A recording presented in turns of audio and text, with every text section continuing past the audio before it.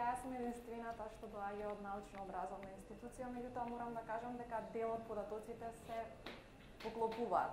Со оглед дека денешниот ден фокусот е ставен на интернетот, човекот кој го испопуларизирал и на најпластичен начин го има објаснето интернетот е Маршал Меклуан.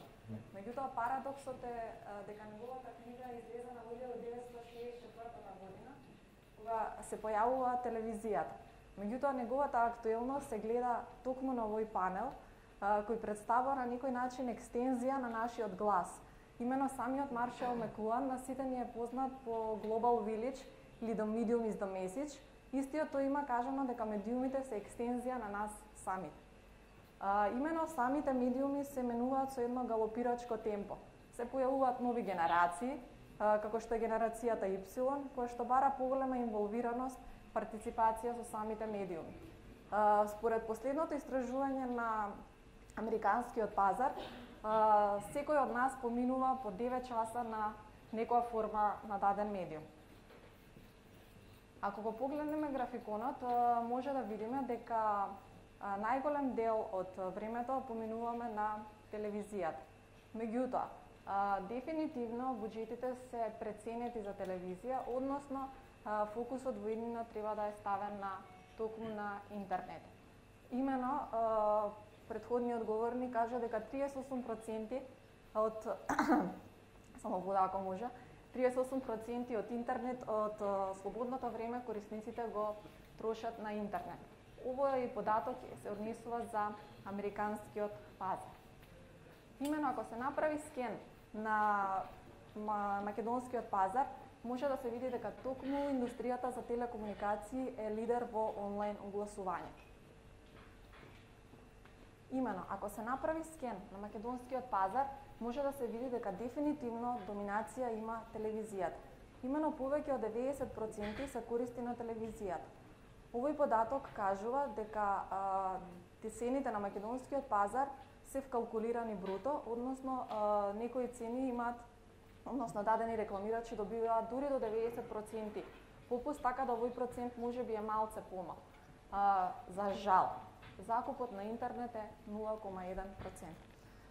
Со оглед на тоа дека ова е 2010 година, податокот што го добив на паузата ми кажува дека за оваа година овој процент изгледа помал. Ако се направи паралела Македонија со земјите во регионот, може да се види дека Македонија е една од водичките земји во закуп на телевизија.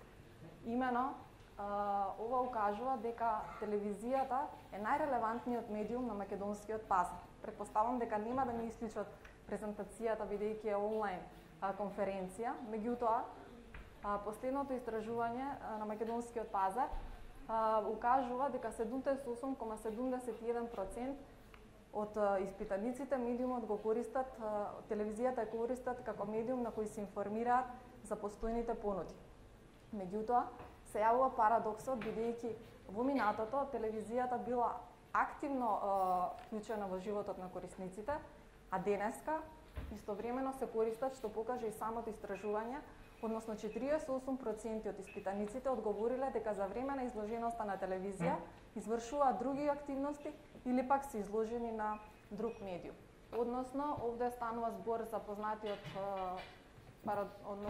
концепт на конвергенција, кој што Хенри Дженкинс го има објаснето во Convergence Culture, кој што кажува дека содржината треба да биде пласирана на повеќе платформи истовремено. За жал, вкупниот закуп на интернет е 0,1%. Оваа година, како што кажав, изгледа и уште помал процент. Меѓутоа, колегата кажа дека 57% е пенетрацијата на интернет. Во Македонија во моментов имаме пенетрација од 58,1%, што уште еден индикатор за недоволната искористеност на интернетот на македонскиот пазар. Ако се направи анализа на структурата на онлайн рекламирањето, може да се види дека највеќе доминираат банерите. Во регионот најмногу доминира пребарувањето, односно срчот, додека во Македонија дисплеј адвертајзингот е застапен со дури 89%. Од овде се јави потребата да се види какви банери се застапени на македонскиот пазар. имено телекомуникациите се лидер во закуп на медија простор на онлайн банери. И со оглед на тоа дека мониторингот на македонскиот пазар е започнат во март 2009 година, од тогаш до ден денешен се вкупно прикажани 2137 банери, од кои 374 различни формати. Бројкиве може ништо не ви значат, меѓутоа ако се каже податокот дека само 10% се rich media формати, односно формати кои што го инволвираат самиот потрошувач во рекламата, тогаш тој податок е поразителен. Имено на македонскиот пазар, како што може да се види, 90% се користат рудиментирани, би ги нарекла, формати на банери, односно формати на банери кои што не повикуваат на интерактивност. Тие имаат во себе едноставна JPEG или GIF слика, наместо да се користат софистицирани програмски јазици како што е Java, JavaScript или Digital HTML, кои што ќе му овозможат на корисникот една повратна информација и интерактивност за да биде дел од самата реклама. Имено, ако се спореди click-through rate-от во регионот на rich media форматите, значи статичните банери може да вклучуваат во себе звук, анимација, меѓутоа не ја менуваат активноста на корисникот. Односно нема никаква активност со маусот врз самата реклама и затоа се нарекуваат статични.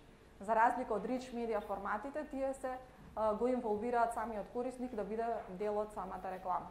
Значи click-through rate-от е за 3 пати поголем кај rich media форматите. Исто така се направени истражувања во земјите во дел од земјите во Европа, каде што се прави паралела на форматот на банерот и стапката на кликање. Може да се забележи дека во најголемиот дел од земјите се користат, како и кај нас, регуларни банери, односно најобични формати. Тоа ви се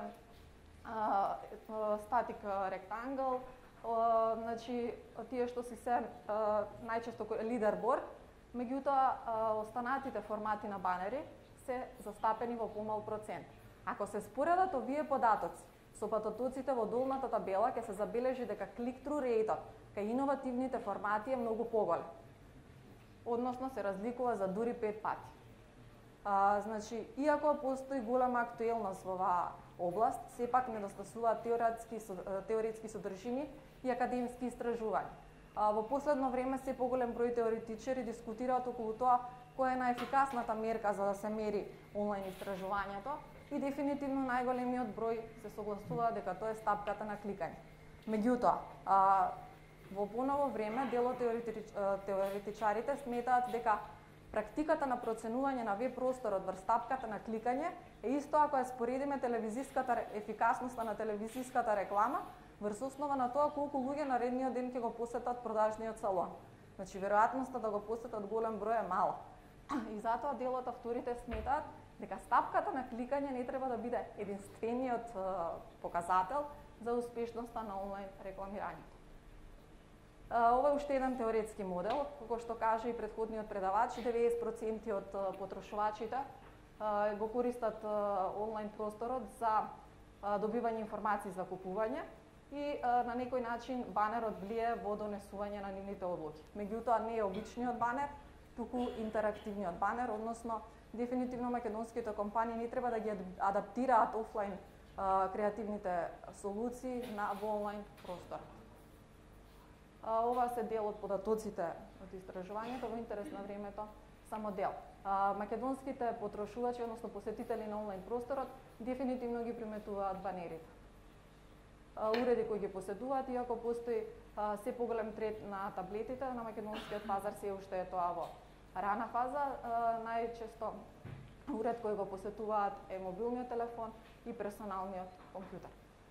Инаку, најголема запознаеност е со стандардниот банер, дефинитивно, меѓутоа останатите банери, иако дел од овие банери не се уште имплементирани на македонските веб страни, меѓутоа може би се запознаени бидејќи посетуваат веб страни кои што се, односно странски веб страни. Во иднина дефинитивно овој процент треба да биде во друг сооднос, односно да доминираат поиновативните форми на банери. Имено во истражувањето, каде што се беше наведено, требаше се наведе причината заради која не кликаат на банерите, односно зашто постои тој банер blindness. Прва причина пред понудата беше наведено немање интерактивност на самите банери. И ова е последно, не би ве замарала со методологијата. Имено во самото истражување беше потенцирано дека 78,35% од ставот на банерот се објаснува со форматот на банерот, што би значило дека форматот на банерот влијае на потрошувачите да имаат позитивен или негативен став кон самиот банер, односно да го кликнат или не. Преку самиот банер се генерира свесност за брендот и евентуална можност за купување. Затоа во иднина дефинитивно треба имплементирање на иновативни формати на банер.